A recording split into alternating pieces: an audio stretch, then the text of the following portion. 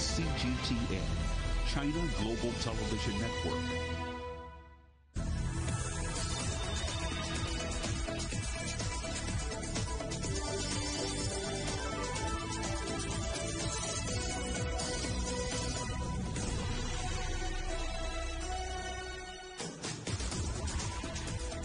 Hello and welcome to Global Business Europe, live from CGTN in London. I'm Robin Dwyer. And I'm Juliet Mann. Our top stories. A show of military might. The Taliban host a victory parade and say they could unveil a new Afghan government within the coming days. Some of the toughest data privacy laws in the world. New regulations come into effect in China. Booster jabs in Germany. Berlin becomes the first government in Western Europe to offer a third COVID vaccine to vulnerable people. And we talk to an expert about how animals and humans can better coexist on this crowded planet.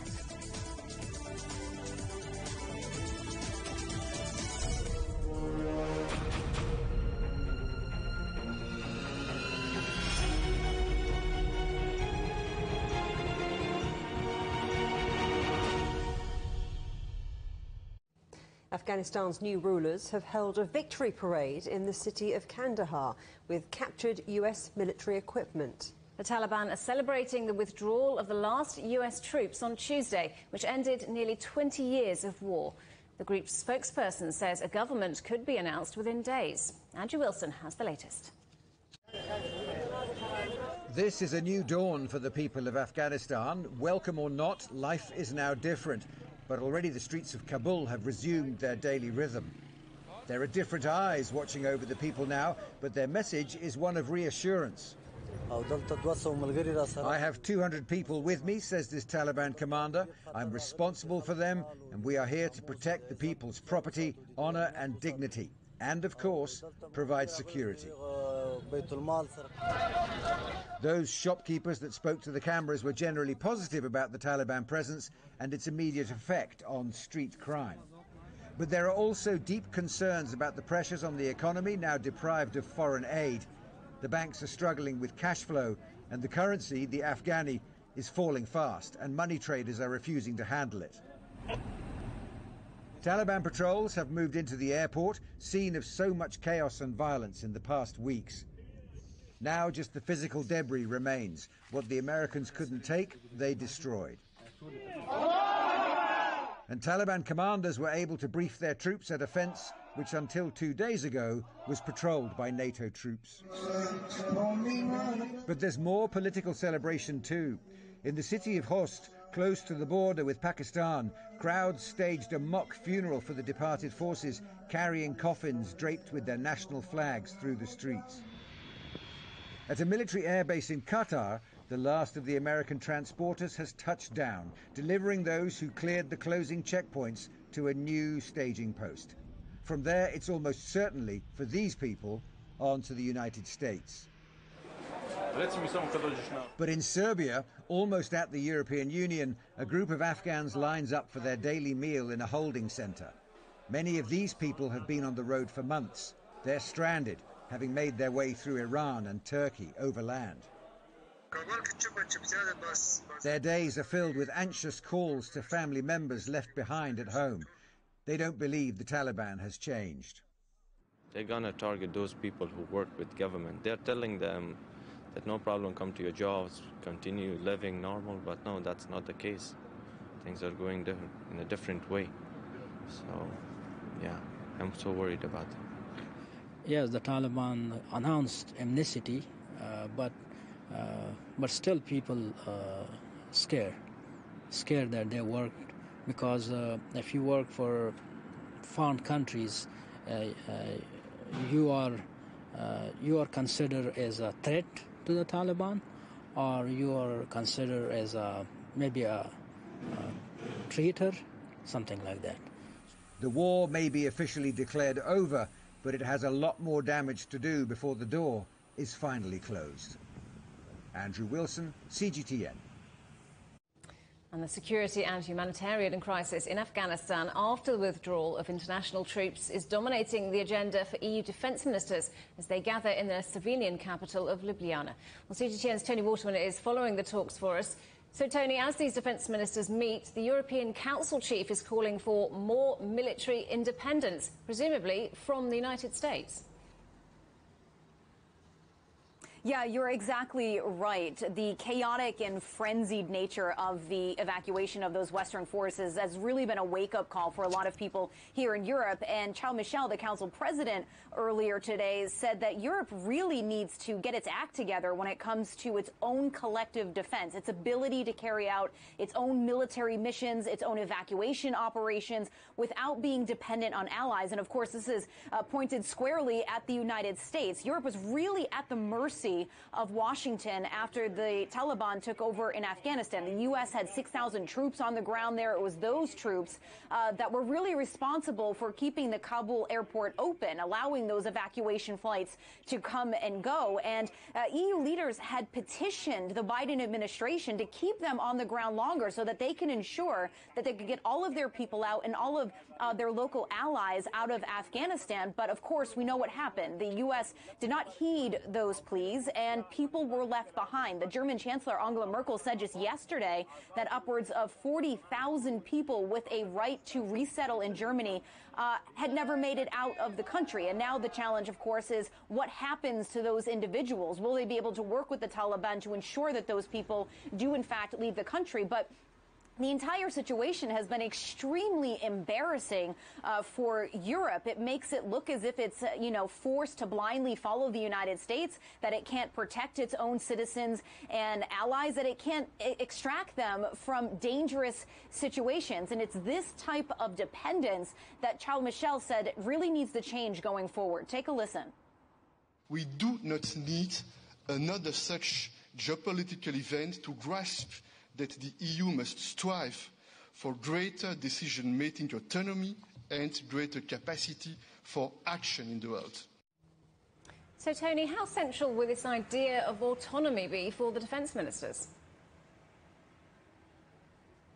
This is going to be front and center when these defense ministers meet this evening. They're going to be having dinner together in just a couple of hours here. But earlier this week, we heard from the EU foreign policy chief, Josep Borrell, and he floated this idea of a 5,000 troop strong rapid reaction force, which could be deployed in future crises like Afghanistan. Don't forget that the EU has a lot of operations in other parts of the world also fighting Islamic terrorism. And this idea, though, of the EU joint forces, this is not a new idea. In May, there were 14 member states, including Germany and France, which put forward a very similar proposal to the one that Josep Borrell was talking about earlier this week, except theirs also potentially could include aircraft and ships. Also, there is, in fact, already a very small brigade that has been formed back in 2007, but they have never been deployed because member states have never managed to agree on when and where to deploy these troops. So this idea is nothing new. It has been kicking around for decades now. So it's going to be really interesting to see going forward if this experience of Afghanistan, what has happened on the ground there, and the way that Europe feels right now, this embarrassment that it's feeling, if that is going to be a game changer going forward. Tony Waterman, thank you. US President Joe Biden is facing sharp criticism at home and, as we've heard, from his allies over the sudden withdrawal of US troops from Afghanistan. In an address to the nation on Tuesday, the president said staying on in Afghanistan was no longer an option. Well, CGTN's Caroline Malone is following the latest developments for us from Washington, D.C. Caroline, good to see you. Now, in that address, Biden said that this decision about Afghanistan is not just about Afghanistan. Is this a fundamental shift? Well, it was actually a campaign promise of President Biden that he would end the longest war for the United States, which he has now done. Although, as you say, he is continuing to face criticism over the withdrawal from Afghanistan. But in that speech on Tuesday, his defence was that this is the best scenario to end the longest war for the US. The president has also said the decision is bigger than just about Afghanistan. Let's have a listen to more of what he said. This decision about Afghanistan is not just about Afghanistan. It's about ending an era of major military operations to remake other countries. Well, President Biden has said in the past that the US focus will be more on tackling al-Qaeda, the Islamic State groups, which of course have a presence in other places as well. He's also said that he would end US support for the Saudi Arabia's war in the Yemen. Of course, this withdrawal from Afghanistan means that the resources and the focus of the US military can be used elsewhere. Caroline, let's talk a little bit about the refugee situation. What about all the people who've fled Afghanistan? 120,000 in total. That many have made it to the USA, haven't they? Well, that's right. At last count, something like 6,000 Americans have fled from Afghanistan, a total of 120,000, as you say there. And many of them are flying via secondary countries, some onto the US.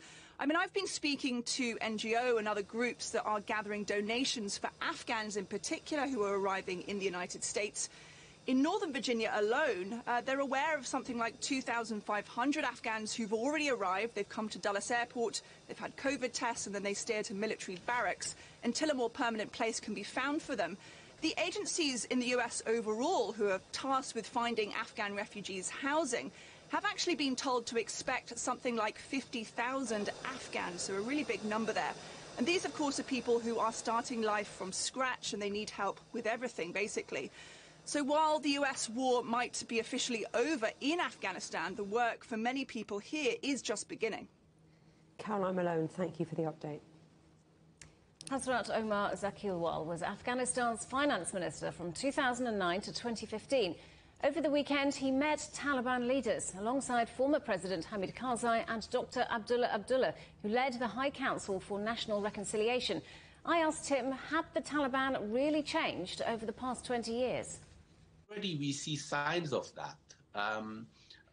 They came to Kabul, take over the capital as well as the rest of the country militarily, but we don't see within them the desire to take revenge, the desire to impose the harshness that they were known for and people were scared of, the desire to use soft language and also act softly, and also the messages that they have learned not only from their own mistakes of the 90s, but they will also learn from mistakes of the past 40 years, where winning the war is one thing, but winning the hearts is the most important thing, that if they are to be there and be a significant part of the next governance, then they will have to do it differently for it to be sustainable, that they should understand that it's not the same population that they dealt with back in the 90s, but even then they didn't have a sustainable government. If they did, then it would have continued till today. So those are the type of things that makes me optimistic. And of course, engaging with the Taliban not only at the leadership level, but down at the commander level, at the fighters level, and seeing extreme thirst for peace within them, in their eyes, and their desire for not just peace but good life, and that I see as opportunities that we could manipulate for a better future, and that's why I'm back in engaging with them. You're a former finance minister. What's your assessment of Afghanistan's economy right now? What are the most pressing issues? Well, the economy is in a very dire situation. Again, Afghanistan was a very poor country to begin with, but we just saw the fall of a government, so that militarily fall of the government, so that had a cost to the economy. The displacement of the population, drought is another thing that has hit the country. COVID is, again, an added problem. So right now, the humanitarian crisis is the most pressing issue. People are hungry, actually, and millions of them on the street and in the villages, in the cities, and they need urgent attention. And as days go by, we are going into a deeper economic crisis. Right now, the economic situation is extremely unsettling. And the Taliban's currently restricted from accessing assets through the IMF and the US Central Bank. How vital is it that access is granted soon? Well, it directly affects the banking system. If that access is not there, then a banking crisis we will have to the extent of a banking collapse in this country. And putting that back on track is going to be extremely difficult. And the banking is important not only for the banking purposes, it affects the psyche of this country, the psyche of the economy of this country. Again, those restrictions imposed from outside has made life more difficult, no doubt about it. And the Taliban's promised its new government will be inclusive. Do you think that's possible? And what will that look like? Will we see women in key roles, for example? They will have to mean it, and they will have to. It will have to be inclusive. Inclusive not only that they are in the decision-making seats, only appointing, but also inclusive in the decision-making itself, in the decision-making of the government itself. It has to be representative. It has to reflect the diversity, the ethnic diversity of this country. The regional diversity of this country, and also, again, in terms of faces, that it will have to be made of, again, the Taliban and some modern faces, some tribal faces and all that. And that's what will make it inclusive, and that's what will also be good for the Taliban, because that will be a government that will have again, differently, a religious legitimacy, but also public legitimacy, national legitimacy, and it will also have to have international legitimacy. International recognition is absolutely key to the future government. Still to come on the programme, Germany becomes the first government in Western Europe to offer a third COVID vaccine to vulnerable people.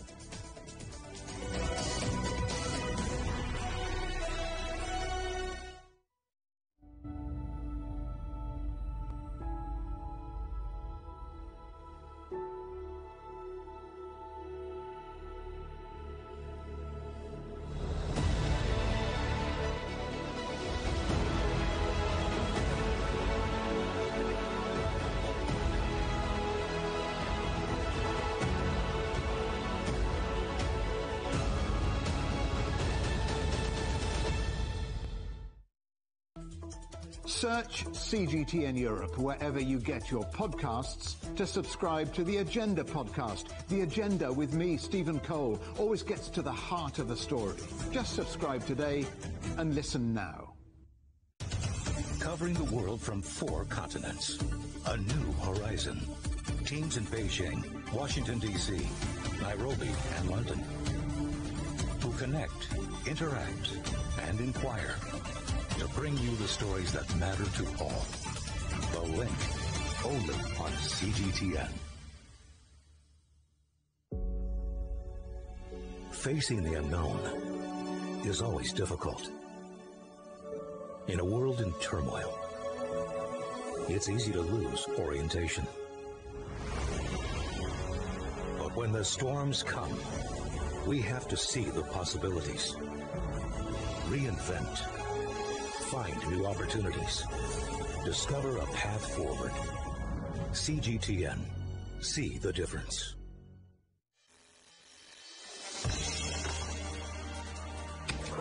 The world has changed under the pressure of the pandemic. For many of us, life is returning to some kind of normal.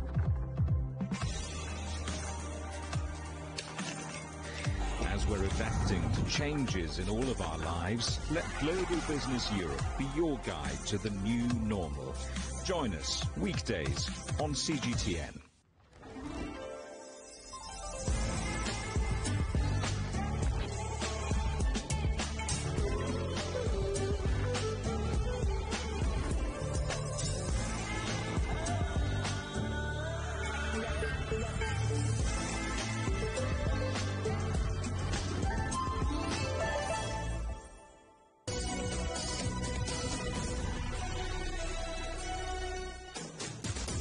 Welcome back. China's data protection law is now in effect. The new regulations provide for much tighter control of the storage and transfer of consumer data. Lu Se-Rui has more. China has been working on its data security over the past few years. Its recent crackdown on 25 tech companies' apps for the illegal collection of personal information has shown its determination to rectify data use practices. The new law has been launched to build the country's infrastructure and mechanism for data protection. The data security law establishes a clear idea that data security is a state of continuous security. It also responds to a number of data processing issues, including data transactions, data classification, and the management of critical data. The will of the country is reflected through this law. The law also identifies the roles and responsibilities of companies and other identities in data protection. Experts say many Chinese companies are still unaware of the risks of data leaks or are lacking instructions to manage data properly and systematically. In the short term, entities whose primary business is data processing might go through significant changes, but this temporary disruption will lead to smooth practice in the long run if the companies abide by the instructions. Nowadays, data covers all aspects of our lives. Experts explain that next, China would categorize such information according to its importance to national security and national interests. Experts also say that in the digital era, many countries are facing the problem of digital use and safety, and China is not an exception. But Chinese authorities are making serious efforts to address the issue and to achieve a tangible solution. Lu Se-Rui, CGTN, Beijing. I spoke to Rich Turin, who's the author of Cashless, China's Digital Currency Revolution, and I asked him why these laws have been introduced now. Everybody in the EU and many other parts of the world knows that in the bottom of the internet now we have that little button that says, do you approve of me giving you data? Well, that's what China is going to get in essence, where internet users here can approve or disapprove of sending their data out. So it's net positive for all internet users here in China. And of course, it protects China's data, which is a big asset, right? Data is the new oil, the new black gold. So data is important, and we want to be able to keep it in our country so that it's safe. Is it really net positive for everyone? I mean, I would think there are some big implications here for how tech companies operate in China, and it will probably make doing business more expensive. Yeah. Well, here's what it is. It's the end of China's Wild West for data and for internet companies. It's over. Now, that doesn't mean the companies are any less creative, less innovative. They're still going to be great. But how they treat data is fundamentally going to change. They're going to have to be far less cavalier with what they do with users' data and much more careful where it goes and what they do with it. So, yeah, is it going to be expensive? Well, not super expensive, but yes, for some of the multinationals in particular who are used to sending user data out, is that an additional expense for them? Yes, no question about it. Is it the end of the world for them? No, it is not a prohibitive cost for them to make their data collection compliant with these new Chinese laws. Richard, this is part of a wider crackdown on the country's tech industry, isn't it? Oh, absolutely. When we look at these issues of personal data, what we really have to be looking at is the EU's GDPR, or General Data Protection Regulation. And that's what really makes that little button on the bottom of all of our internet screens where we have to click accept for giving the internet company the data. Now, it's not just an EU problem, it's a problem that the US has wrestled with. Now, the most famous cases for the US and data protection or data sovereignty is the recent Trump administration banning of TikTok. The Trump administration fundamentally said they do not want TikTok sending U.S. user data out of the United States out of fear of data sovereignty, right?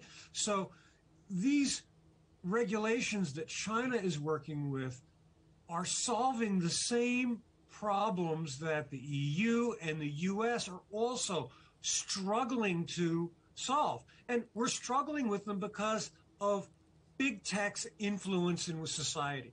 And we're trying to better understand exactly what that influence should be. European markets have put in a strong start to September. The pan-European stock 600 has come close to a record high, building on 7 straight months of gains. Hopes of more stimulus from central banks, plus signs of strong manufacturing growth in August, are behind the rise. Chinese smartphone giant Xiaomi says its electric vehicle division is officially registered and has entered a substantial development phase.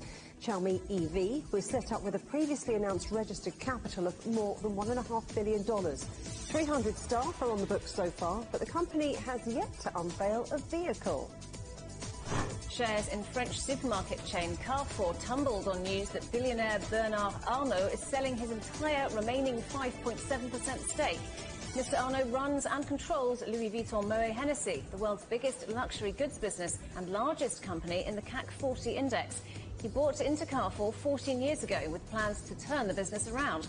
Carrefour's potential $20 billion takeover by Canada's Couche-Tard unravelled earlier this year after it ran into opposition from the French government. Cristiano Ronaldo completed his shock return to Manchester United on transfer deadline day, pushing spending by English Premier League clubs to more than $1.5 billion. But overall, the amount of money spent fell for the second year in a row. This summer's is 11% lower than last. The transfer window was open from June the 9th until late on Tuesday. And do remember that CGTN is available to watch for free on all the major digital platforms, on Smart TV or online on Roku, Apple TV, Amazon Fire and Android TV, YouTube and Dailymotion, CGTN.com and the CGTN app. And in the UK, we're available 24 hours a day on Freeview.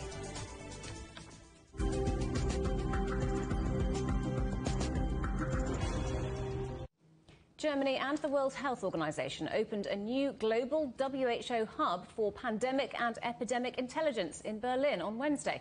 The hub will bring together partners worldwide to collaborate in detection of and response to pandemic and epidemic risks. The WHO Director General signed a memorandum of understanding with the chairman of the board of Charité Hospital, Heo Kromer. The COVID-19 pandemic has demonstrated that trust, partnership and solidarity are essential for confronting shared public health threats. It's important than ever that we work across borders and across disciplines to prepare for, prevent, detect and respond to known and emerging diseases with epidemic and pandemic potential. Germany has joined the smallest of countries offering booster jabs in an effort to stem a possible COVID-19 winter surge. Those who were among the first to be offered the vaccine will get priority to top up their protection against the virus. But as Ryan Thompson observed, very few have shown up to do so on day one. It's the first day in Germany that vaccination centers like this one are offering a third jab of the COVID-19 vaccine. For some of the first people to be vaccinated in December 2020, it's now been more than 9 months since they got that initial jab. And there are fears about the effectiveness of it wearing off as these time passes on and these stronger variants begin to emerge. As of today, people over 80 years old and those with serious health conditions like autoimmune disorders will be eligible to get that third jab. But as you can see, it's quite quiet around here, and officials say that only 20 people have showed up for it. There are fears that the information to get this third jab and its eligibility have not been widespread. Not everyone knows that people are being offered the third jab. I think the development of vaccine rollout will speed up when the case numbers rise again, and this will then increase the demand on the booster shots. Now, experts are divided on the utility of booster shots, especially so soon after the initial vaccination process. in the case of other diseases, it has proved valuable to people who are in a fragile state of health. Now, Germany is not alone in advancing its case for booster shots. It is also joined by France and the United Kingdom, who will begin in September, and then Italy and Spain, who say they will begin later in the fall. But the move is controversial. It has been condemned by the World Health Organization, who has pushed for these shots to go to other countries that are in need of first doses. Ryan Thompson, CGTN, Wiesbaden. Coming up, the UK talks to the Taliban to secure further evacuations from Afghanistan.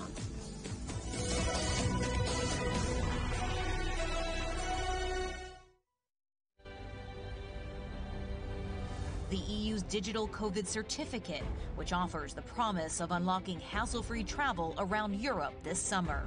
In less than 2 weeks' time, the Czech border will also open to all EU and Serbian citizens. 4.4 million Hungarians received their first dose of COVID vaccine. 18 and over can receive a COVID-19 vaccination, but it does come with conditions.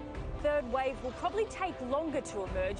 This vaccination centre is part of a massive effort to try and drive down the numbers of the new variant that was first identified in India.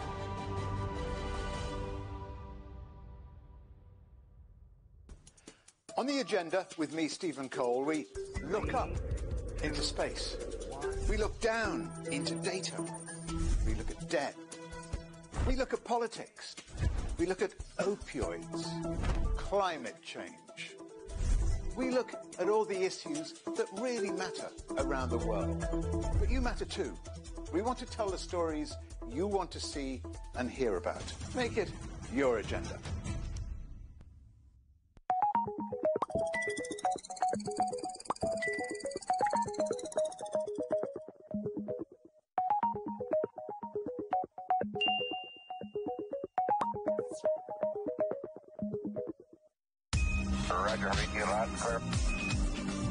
We can try out the wild and crazy ideas. Nothing can stop an idea whose time is coming. This idea is coming. I actually feel quite comfortable in isolation. We should all be very busy when we're trying to save the world. Awesome! We hope it will happen. We have to live in hope. The agreement is signed. But what is the real deal now the UK has left the EU? For trade, for business, for the city, for ordinary people. Make sense of Brexit with CGTN.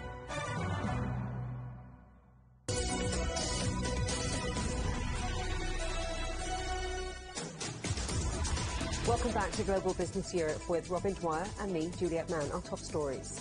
A show of military might. The Taliban host a victory parade. It says it could unveil a new Afghan government within the coming days.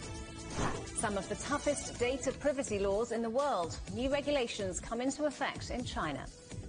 And booster jabs in Germany. Berlin becomes the first government in Western Europe to offer a third COVID vaccine to vulnerable people. The UK is in talks with the Taliban to secure safe passage out of Afghanistan for both British nationals and Afghans who've worked for Britain. It comes as the UK's Foreign Secretary Dominic Raab has been defending his handling of the Afghan withdrawal. Well, CGTN's Naweed Bakal joins us here in the studio. So, Naweed, what do we know about these talks happening in Doha? Yeah, well, we know that the Prime Minister, Boris Johnson, has sent Simon Gass. He used to be the British ambassador to Iran, a crucial player in the Iran nuclear deal, so knows the area particularly well. He's now the special representative for what's called the Afghan transition for the British government. He's met with the Taliban leaders, and the focus really is on trying to get the remaining British nationals out of the country. In terms of how many are left, we've been told that the numbers are in the low hundreds. Ben Wallace, the Defence Secretary, saying up to 250, but still no real clarity on those numbers, and we'll touch upon that in a few moments. But in terms of the wider evacuation plan, 15,000 have been taken out, more than 15,000 since the middle of August. That's part of a wider 17,000 brought out in recent months, but there are still some left behind, and I think that's why the Prime Minister's sent Simon Gass there to try and ensure from the Taliban. We've heard a lot about so-called safe passage, ensuring that the people who are left there, but it's not going to be an easy task because we understand that a lot of them who are still there may be British nationals, but there are hundreds of other Afghans, perhaps family members, for example, who may not be British nationals, but still determining that eligibility criteria is going to take a bit of time. And the Taliban, we've also heard from, who say that if people don't have a passport or a visa, then they may not be allowed out of the country. So there's still some hurdles to work through, which is why Britain's trying this diplomatic route. Meanwhile, in London, the UK Foreign Minister, Dominic Raab, is being grilled by MPs on how he handled the Afghan withdrawal. What can you tell us about that? Yeah, it hasn't been an easy afternoon for Dominic Raab, and he's faced actually a lot of criticism over his handling of the Afghanistan crisis. Plenty to work through. Well, let's start with where he was when Kabul actually fell to the Taliban. He was on holiday in Greece in the run-up to it on a Greek island, Crete. He said that with hindsight, he probably shouldn't have been there on holiday, and there was suggestions, reports that he didn't take an important call and delegated that to a junior minister. He said suggestions that he was lounging on a sunbed were complete nonsense, as he called them, but he did say that he didn't want to identify when he went on holiday, and I think that's going to mean that certain questions will remain, particularly for opposition politicians, opposition lawmakers, who want to know specifically what his role was in the UK's handling of this crisis. Remarkably, though, the bigger picture, he said that the UK didn't really foresee the rise of the Taliban and the takeover in the way that it was. We've heard from American intelligence that they thought the Taliban would have been slower in how long they took to take over the capital, Kabul. Perhaps 90 days was thrown around. And Dominic Raab saying that it was even further than that. They thought that the Taliban wouldn't take Kabul until the end of this year. Have a listen. The central proposition was that given the troop withdrawal by the end of August, you would see a steady deterioration from that point, and that it was unlikely Kabul would fall this year. That was the central assessment, and of course with all the usual caveats that you will be familiar with. That doesn't mean we didn't do contingency planning or game out or test the other propositions. And just to be clear, that's something that was widely shared, that view, amongst NATO allies.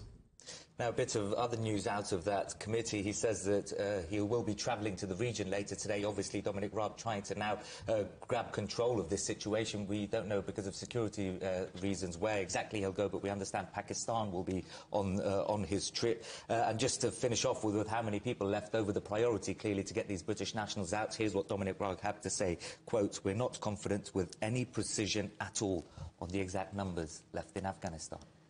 Doesn't sound good. Louis Jabarkil, thank you very much for that.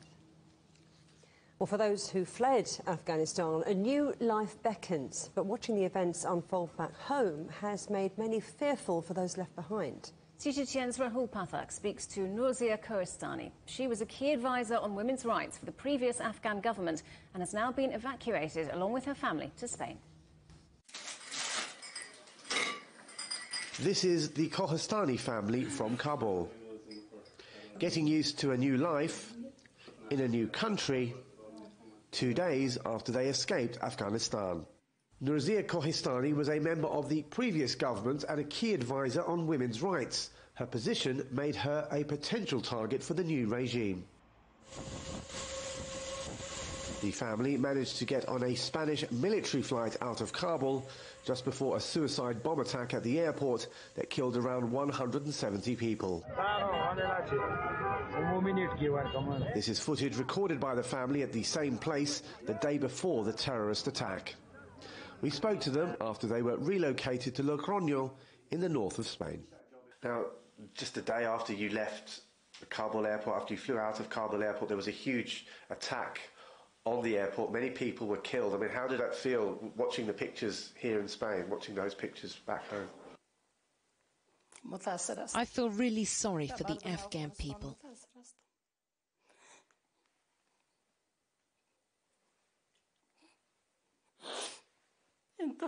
The suicide bombing attack at the airport killed over 100 women, children and young people. I am truly mortified. And what was your role in Kabul, in Afghanistan? Were you under threat, and your family? I worked as an advisor to the government of Afghanistan. My main role was on gender and women's issues in the rural regions. I attended all the conferences with the tribal leaders who would decide the future of the country. I also represented Afghanistan in conferences internationally. I worked largely for women's rights in rural areas of Afghanistan, but my role in the government made me feel unsafe.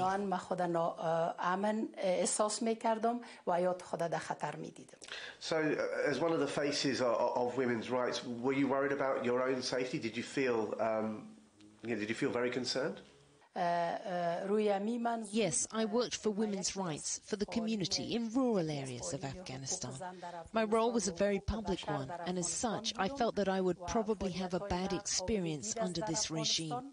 I was worried about my safety with them and felt that my life could be in danger. Are you concerned for the future of women's rights in your country now? I am very worried about the women in Afghanistan. My family is safe here, but that doesn't mean that I have forgotten about the women over there, because they are now in a desperate situation, and this is my main concern, that women will never have a future with this regime, because we have had a horrific experience with them in the past. And what are your hopes for the future? What are your hopes in particular for the future?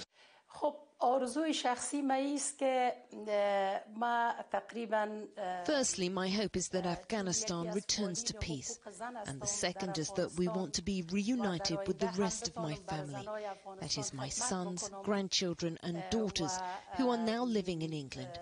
And in my life, I will never give up my duty to work for women's rights. فیستایم امرایشان به تماس بودیم نواسایم است و متواقی زندگی خدا با اونا زندگی بکنم و آینده خدا با زندگی امرای اولادایم و فامیلم خوب میبینم. Mrs. Koistani, thank you so much for talking to us. Thank you. Growing insecurity in Afghanistan is having a huge impact on those least responsible for the crisis. James Elder is a spokesperson for UNICEF, and he says the needs of children in Afghanistan have never been greater.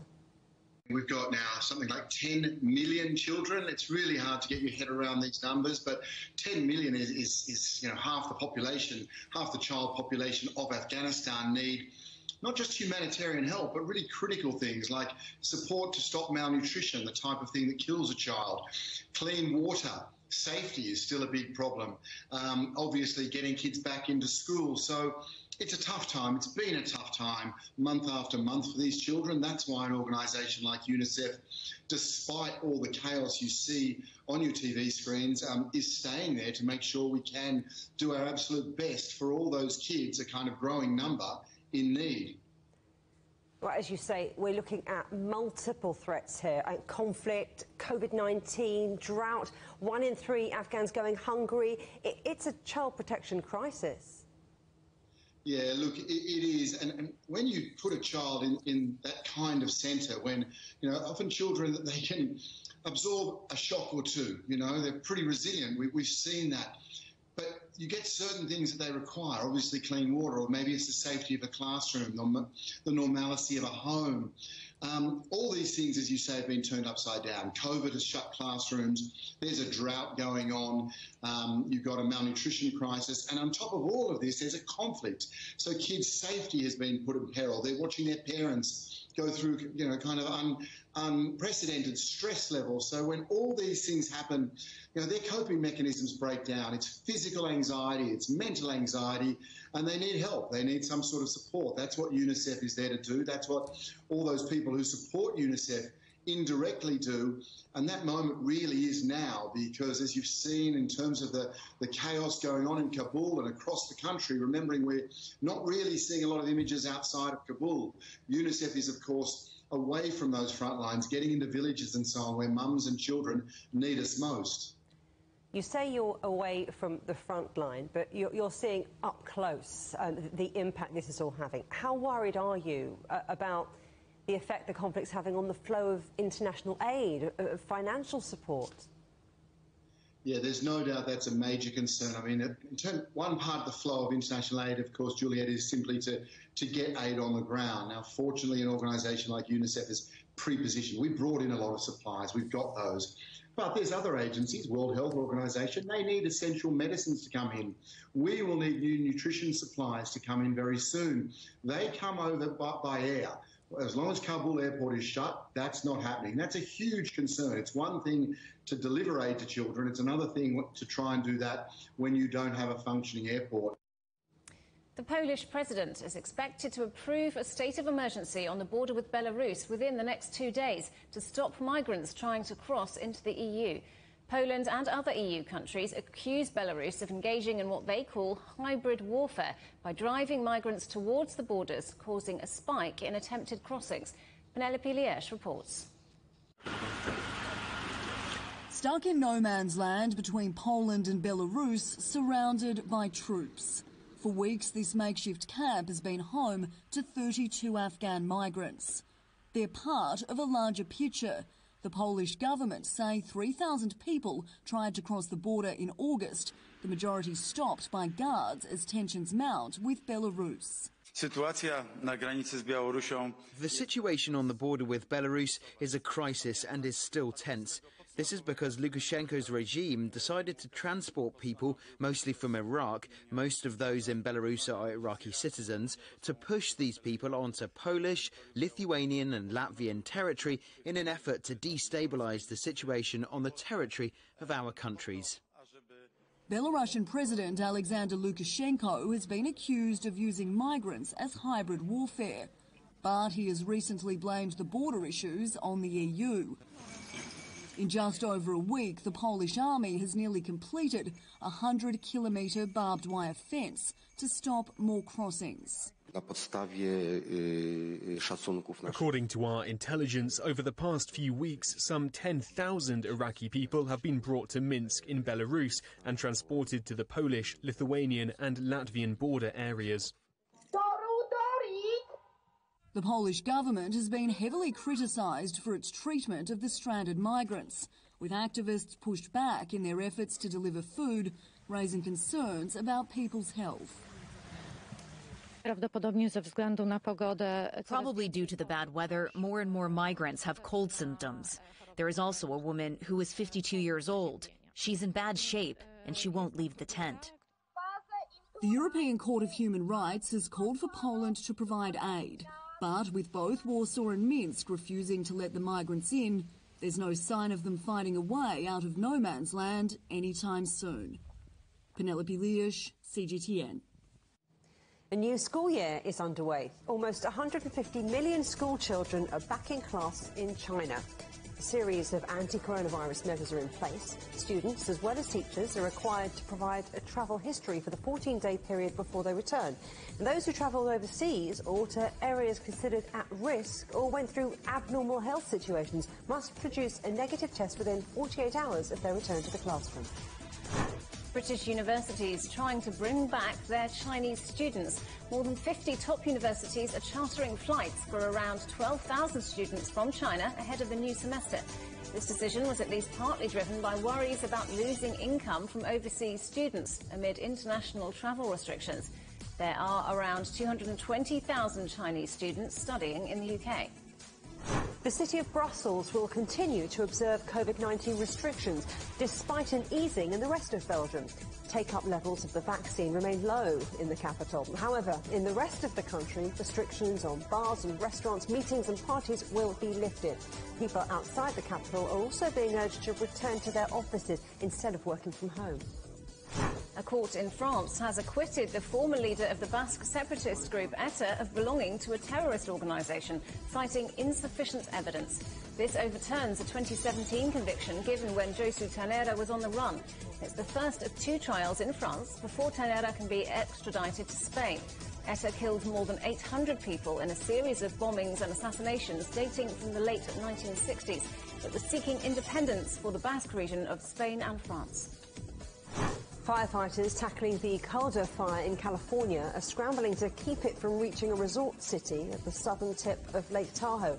Over 20,000 people have been evacuated from the area amid fears strong winds and low humidity could fan flames.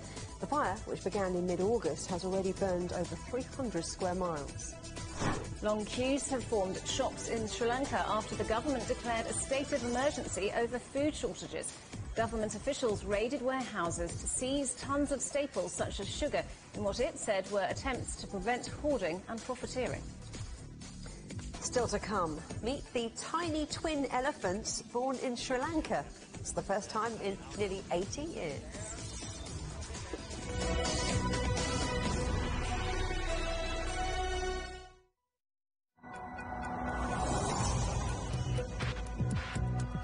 Each day, there are millions of stories. Each one can open new perspectives, new possibilities. Wherever you look, we are there. To see, discover, explore. We put the pieces together to find what really matters to you. All around the world, all around the clock. Our reporters are at home across the globe. From our headquarters in Beijing and production centers in Washington, Nairobi, and London. China Global Television Network. Stories from across the globe, reaching people across the globe. CGTN. See the difference.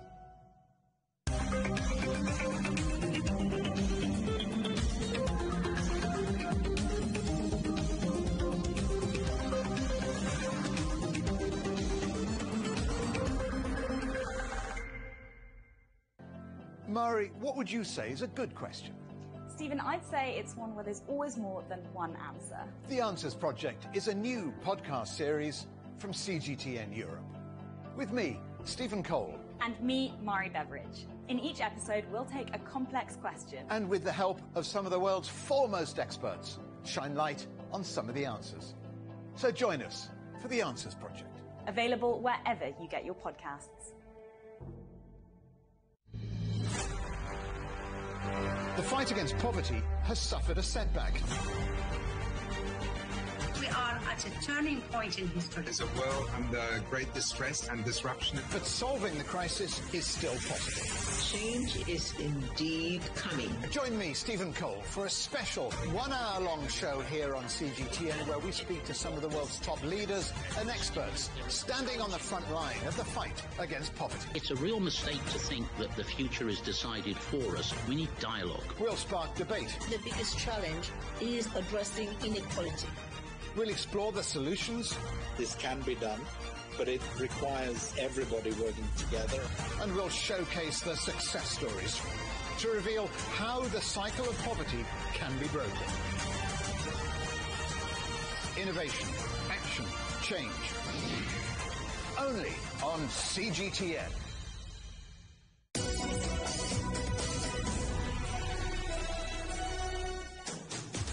Welcome back. China and US cooperation is the only correct choice to fight global climate change. That's the message from China's State Councillor and Foreign Minister Wang Yi, who was speaking in a video meeting with US climate envoy John Kerry. Wang Yi also said that Washington should stop treating China as a threat and take substantial steps to improve the China-US relationship. Kerry agreed cooperation between the two countries is essential for confronting the global climate change challenge. Kerry is in northern China for the discussions after his visit to Japan.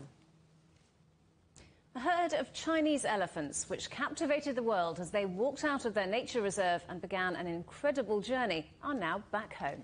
Their adventures were not plain sailing, as the animals trampled over farms and villages. But what if they decide to go wandering again? Well, CGTN's Neil Ken spoke to Becky Shu Chen from the Asian Elephant Specialist Group about ensuring animal-human coexistence. These captivating, record-breaking elephants left southern China's Xishuangbanna National Nature Reserve in March last year. They then slowly made their way north across Yunnan province, skirting Kunming, the home of October's COP15 Biodiversity Conference, before heading south again. So, Becky, it's been a while since we've talked. It's been an incredible effort. 25,000 police, 1,500 emergency vehicles, 150,000 people evacuated to make way for the elephants, and up to 771,000 in insurance fund paid. The government has made an incredible effort. Yes, I think has never happened in human history I have ever heard about. The year of the Biodiversity Conference, COP15, the elephants actually made it to Kunming, which was kind of spooky that they've paid a visit to the city where the Biodiversity Conference is going to be held. Would the government have been so tolerant of these elephants if it was any other year? So since 1989, China launched the Wildlife Protection Law. So elephants are always the priority. And second, I think, because although we have a growing population of Asian elephants, but China still only has 300 of them. It's like less than 1% of the total populations across 13 rich countries. So in total, the Asian elephants right now, the population size is about 45 to 49,000. So I think China wants to increase the elephants and trying to bring them back to that historical range. What's going to happen if this happens again? I think this could be a very challenging problem in the future, and not only China will face, but other countries may face as well. In the past 50 years, Sichuan, where the elephants are originally from, experienced the most severe droughts. And then also, due to the climate change associated droughts, that means the elephant has limited food in the forest. So it's the reason why they roam out, trying to find more food. Are you confident that the range that the elephants now exist in, the reserve they exist in, could be expanded? Yeah, I think it should be the solution we're looking to. Since 1958, Sichuan, the elephant home, they established the nature reserves. So whether we can return those lands back to forest, back to elephants, this must be included already into the Asian Elephant National Park planning. We should really take into consideration about long-term conservation solution. So right now, we even change the term. We don't call human elephants or human wildlife conflicts. We talk about human wildlife coexistence. Well, that was Becky Xu Chen from the Asian Elephant Specialist Group talking to CGTN's Neil Cairns. And from a whole herd of elephants to a pair of newborn twins. The tiny twosome were born in Sri Lanka, the first time that's happened in the country in nearly 80 years. The male calves were born at the Pinawala Elephant Orphanage in the Central Hills. 25-year-old mum and 17-year-old dad are both residents of the orphanage, which is one of Sri Lanka's biggest tourist attractions. The headlines again. A show of military might. The Taliban hosts a victory parade and says it could unveil a new Afghan government within the coming days. Some of the toughest data privacy laws in the world. New regulations come into effect in China. And booster jabs in Germany. Berlin becomes the first government in Western Europe to offer a third COVID vaccine to vulnerable people. Well, that's it for Global Business Europe. Thanks for watching. More on all our stories at europe.cgtn.com, and do follow CGTN Europe on Twitter, Facebook and Instagram. We're on smart TV apps, Roku, Apple TV, Amazon Fire and Android TV, YouTube, Dailymotion, CGTN.com and the CGTN app. And in the UK, 24 hours a day on Freeview. Coming up next on CGTN, it's Africa Live. We'll see you again tomorrow. Same time, same place. From all the team here in London, goodbye. Goodbye.